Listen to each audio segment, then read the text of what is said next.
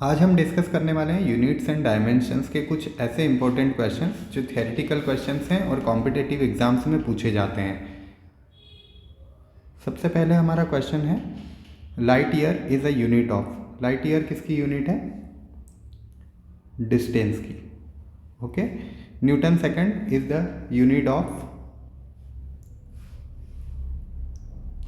Momentum, है ना। आपको फॉर्मूला पता होगा, न्यूटन का सेकंड लॉ क्या है? F is equal to D P upon D T. ठीक है, ये वहीं से बनाया हुआ है। So momentum. Electron volt is unit of energy. Electron volt पढ़ा होगा आपने। इलेक्ट्रॉन वोल्ट, 1 इलेक्ट्रॉन वोल्ट कितना होता है?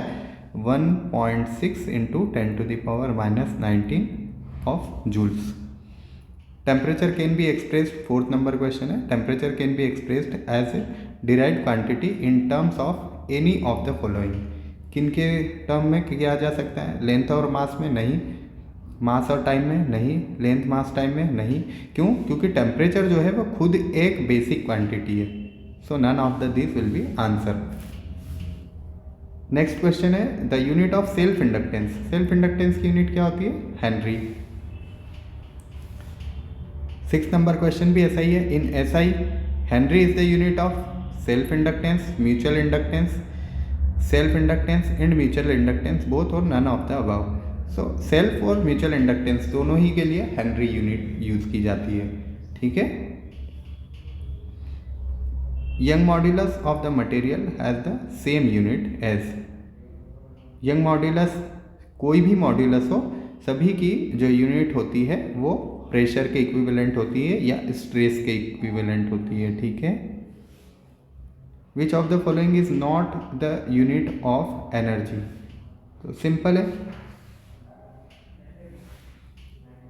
वॉट जो होती है वो पावर की यूनिट है, एनर्जी की यूनिट नहीं है। The unit of reactance. Reactance क्या है? रिएक्टेंस भी एक टाइप का रेजिस्टेंस होता है। तो 9 के लिए भी ओम या ए ऑप्शन करेक्ट होगा। The unit of Planck constant. Planck constant की यूनिट क्या है?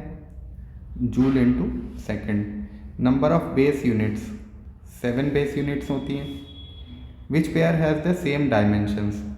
किस किस की सेम डायमेंशन है? वर्क पावर की तो नहीं होती है। Density and relative density, relative density की तो कोई यूनिट ही नहीं है, सो डायमेंशन भी नहीं होगी। Moment and impulse. इम्पल्स और मोमेंटम दोनों की सेम डायमेंशंस होती है because I impulse is equal to change in momentum. 13 number question है out of the following the only pair that does not have identical dimensions. किसके पास identical dimensions नहीं है? So moment of inertia and torque. Moment of force मतलब क्या है? Torque है। तो इन दोनों की डायमेंशन सेम नहीं होती है। Planck constant has the dimensions. क्या डायमेंशन है प्लैंक कांस्टेंट की? फॉर्मूला होता है E is equal to H into nu. यहाँ से आप निकाल सकते हैं प्लैंक कांस्टेंट की डायमेंशंस क्या होती है। ठीक है। और किसके इक्विवेलेंट है? वो होगी एंगुलर मोमेंटम की। आप चेक कर सकते हैं एंगुलर मोमेंटम क्या होता है? L is equal to mass into velocity into radius या distance, perpendicular distance. 15 the dimension of time constant. Time constant की डायमेंशन टाइम की इक्वल होती है। The dimension of stress. Stress की डायमेंशन क्या होगी? प्रेशर के इक्वल होगी। अभी ऊपर ही हमने एक क्वेश्चन देखा था। The pair having the same dimension is. किन किन के पास सेम डायमेंशन है? ठीक है। 17 नंबर क्वेश्चन देखो।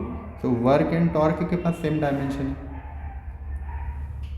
Dimension of the following 3 quantities are same. किन किन की सेम डायमेंशन होती है? So pressure, stress and coefficient of elasticity. कोई भी मॉड्यूलस हो इलास्टिसिटी का, उसकी डायमेंशन स्ट्रेस के इक्वल होती है और स्ट्रेस जो होता है वो फोर्स अपॉन एरिया मतलब प्रेशर है। 19 which of the following quantity is dimensionless. कोई भी क्वांटिटी इसमें से डायमेंशन लेस नहीं है। Question number 20 which of the following is not equal to watt. Ampere upon volt, है ना। I अपॉन V, ये तो वॉट के इक्वल हो ही नहीं सकता है क्योंकि V इंटू आई होता है, सिंपल है। Okay. So these are the 20 questions which are objective questions and purely theoretical questions.